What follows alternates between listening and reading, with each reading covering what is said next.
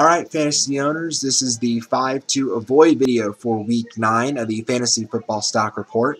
Again, don't forget to once again check out the 5 to ride video if this is your first stop. Again, happy Nightmare Night and Halloween to all of you guys, as you know I'm dressed for the occasion.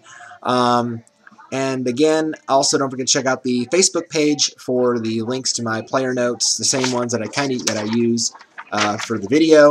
And more of that. But we want you guys to know what players you should really be worrisome about this week for Week 9. Guys you might want to avoid or worry about going forward in the fantasy for the fantasy week this week to help you guys win your week. So let's dive right in, talking about the quarterbacks. The one I'm really worried about this week, and again, I'm going to say it here all the time. I know last week I said Carolina Panthers don't play any offensive players against the Chicago Bears. Obviously, maybe you couldn't have afforded to not start Steve Smith, but maybe that was a bad idea because Smith still had over 100 yards. But, so, obviously, with that in mind, playing the Bears this week is the Titans. So I don't like Matt Hasselbeck this week. Granted, he had a great week last week. He had 16 fantasy points against the Colts, but let's remember that was against the Colts. The Bears are a whole other animal, and I don't think he's going to duplicate that performance. I'd be surprised even if Hasselbeck hits double digits. I mean, obviously, I think he's going to throw more because the Bears' run D is so strong. Spoiler alert again to that. You'll probably see where that's going. But again, Hasselbeck just has a litany of receivers to throw to. There's not one true playmaker in the Tennessee receiving corps. So again, it's just you're going to see a lot of Titans on this avoid list because of this matchup this week. So I don't like Hasselbeck this week. If you have better options, please start them over Matt. I can only see him as a number 3 option at best. I don't even consider him a number 2 because of this tough matchup and the fact that there's just not a whole lot of playmakers in Tennessee outside of Chris Johnson when he's actually good. So again, that's my concern there. Other quarterbacks I'm worried about this week, Russell Wilson of Seattle going up against Minnesota. I only see him as a number 2, number 3 this week. Obviously, the Vikings defense, very, very tough this year. Granted, that's going to be a battle of 2 tough defenses, so really, I don't. So also on this list, surprise, surprise, is Christian Ponder. I don't like him either. I see both those guys as only 2 threes because of the tough matchup on both sides of the ball. So you really can't consider them elite starting options this week unless you have like a bye week guy. Maybe you can plug him in. I actually like Wilson better than Ponder because I think Wilson's been more consistent this season than Ponder has. Ponder's been really hit or miss this season. So, but again, temporary expectations with those 2 guys. I did have Michael Vick on this list going up against the Saints only because there was concern at the time that he might lose his starting job to Nick Foles. But we had the news come in today that Andy Reid confirmed that the Eagles are going to go with Michael Vick as their quarterback. So really, I don't think I consider take Vick off the avoid. I think Vick can come off the avoid list now because the Saints' pass D is not exactly that great. So I think you can actually. He was originally on the list because this was written before that news came out. But now that this news has come out, I think Michael Vick is a safe play this week. I still, maybe not elite number 1 this week, but definitely a sneaky low number 1, definitely a number 2 with upside now that we know that he's going to be the starter for sure in Philly, at least for the moment. And John Skelton, another one. The Arizona offense right now is a mess. I don't think you can trust the Cardinals. Right now there's injuries at running back, the injuries at quarterback. The only wideout really good is Larry Fitzgerald, if the quarterback even throws him the ball. So just a lot of question marks right now in Arizona in terms of the offense. They got destroyed by San Francisco last week, so I can't trust John Skelton right now. Running backs this week. You probably won't be surprised by this one of what I'm going to say, but obviously I do not like the Colts running backs this week going up against that number 1 Miami Dolphins run defense. I mean, let's be honest. Vic Ballard and Donald Brown are not exactly stud running backs. This isn't like a Marshall Faulk or an Edgerrin James that the Colts once had. These guys, they haven't gotten to that level yet. They might look good with the right matchup, but for now, you really can't treat these guys as starting caliber this week. I see whoever gets the bulk of the work obviously with Brown back, he's maybe hopefully he returns to the starting nod this week. Ballard still got the start last week, even though Brown was healthy and eligible to play, which he later did. But it seems to me like the Colts using a running back by committee system with Ballard, with Carter, DeLon Carter in the mix, with Mueldy Moore in the mix. So really, for fantasy purposes, I don't know if you can trust any guys. Again, it's that muddled backfield syndrome that we just don't like to see when it comes to fantasy football. So again, I only see the Colts running backs as number threes this week. Any of them, especially Ballard and Brown. I don't think you can trust any of them. I would not start any of them against that Dolphins defense. Other guys to worry about this week. I know I might shoot myself in the foot later for this one, but Trent Richardson, I mean, yeah, it's the Ravens D. Yeah, they're banged up with a lot of guys missing action. But I don't know. I don't see him going off against them. And they might have to because the secondary is still strong. But I don't know. I'm just kind of tempering expectations. If you have no better options, start him by all means. But I just don't think he's going to have a big go off week.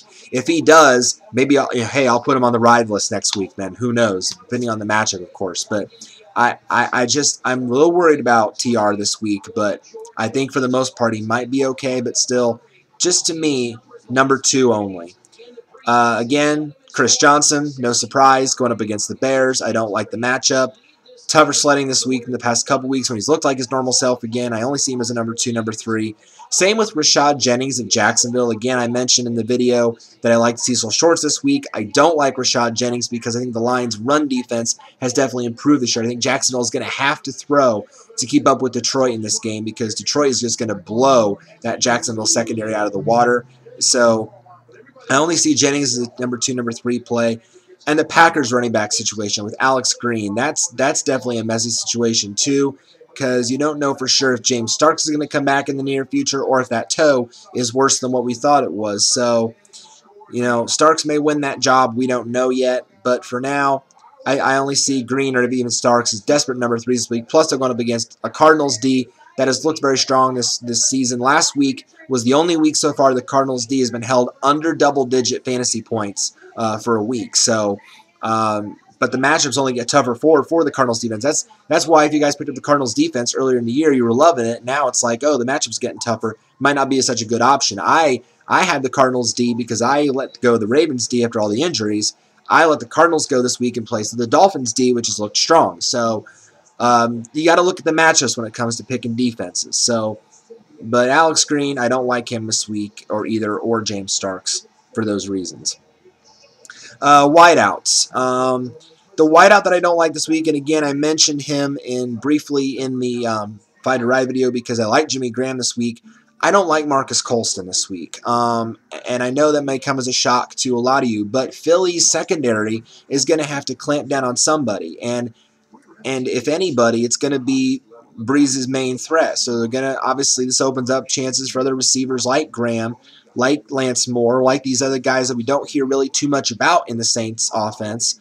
But I think they're going to really clamp down on him. He only had 6 points last week. So, I think it's not even going to get better for him this week going up against that Eagles secondary.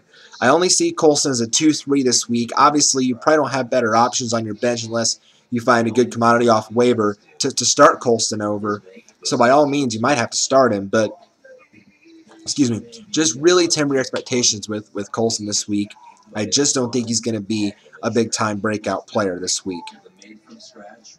The wild card this week that I have for you guys is Chris Gibbons of St. Louis. Obviously, the Rams are on a bye this week, but the big news coming out of Rams camp, I guess, or Rams people right now, or all reports, is that Danny Amendola will return in Week 10 after the Rams bye week. So if Amendola is still out there in your league, if an owner dropped him because of the injury that he suffered to that clavicle, pick him up, be snappy on it. Pick him up right now. Don't let another owner get to him because I think he's going to return, hopefully, to that form that he had earlier on in the season. That means Gibbons is going to take a step back. Brandon Gibson is going to take a step back. So I would really worry about those guys going forward because I think Amendola is going to reclaim that number 1 role that he had earlier in the season. Other guys not to buy into, Randy Moss in San Francisco. Ignore the touchdown. He's still a hair puller. Obviously, he's on a bye this week, but don't buy into that hype just yet. The ship has sailed. Don't worry about that. I mentioned Carolina receivers and players. Obviously, because of what he did last week, you can start Steve Smith going forward, but I'm still not sold on Brandon LaFell. He had 8 points last week. Granted, it's a great matchup. Carolina going up against the Redskins, whose pass D has been very bad this year, if you want to put it in layman's terms. But I still can't trust him yet. I still don't think he's consistent enough to be a solid option for you just yet. So, again, I don't like him this week. And as I mentioned, Titans wideouts, way too many to count. Not a good matchup against Chicago. So, too inconsistent across the board. Don't like them this week. And finally, real quick on the tight ends.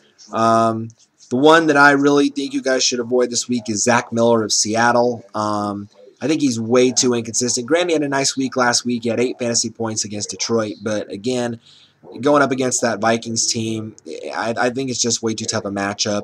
Maybe he'll get a red zone look. Maybe if Seattle gets that far. But I don't like it as a whole. I only see him as a number 2, number 3 guy this week. If your number 1's on a bye, or maybe you plug him in as a bye week replacement. But above all that, I don't really am too thrilled with his matchup this week. Dustin Keller, though, is one I want to mention. Obviously, he's on the avoid list. Why? Because he's on a bye this week. So obviously you're not starting Dustin Keller, but he might be a good pickup going forward for you. He is starting to get more involved in the offense again. He's fully recovered from that hamstring injury that bugged him earlier in the year. Obviously, with Santonio Holmes out for the year, other receivers are trying to step up, like Jeremy Curley, like some of these other guys, Stephen Hill coming along.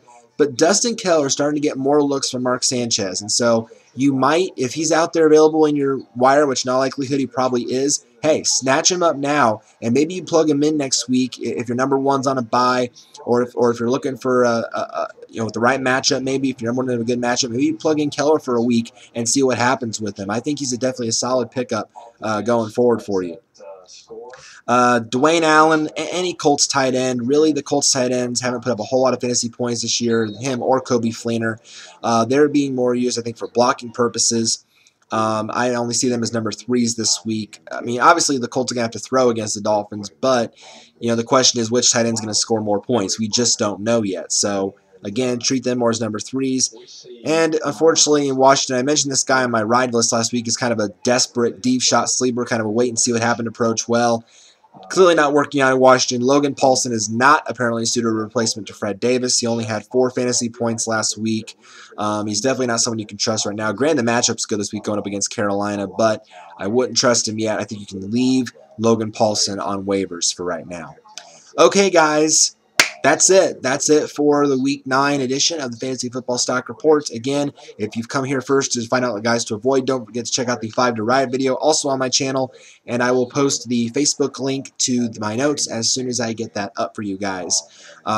Good luck this week in Week 9. Hopefully all of us gunning for a victory, and we'll do it all again next week as we always do. To let you guys know who's up and who's down and who will ride you and want to astray from for a fantasy football victory. Thanks, guys. God bless you all, and good luck this week. Take care.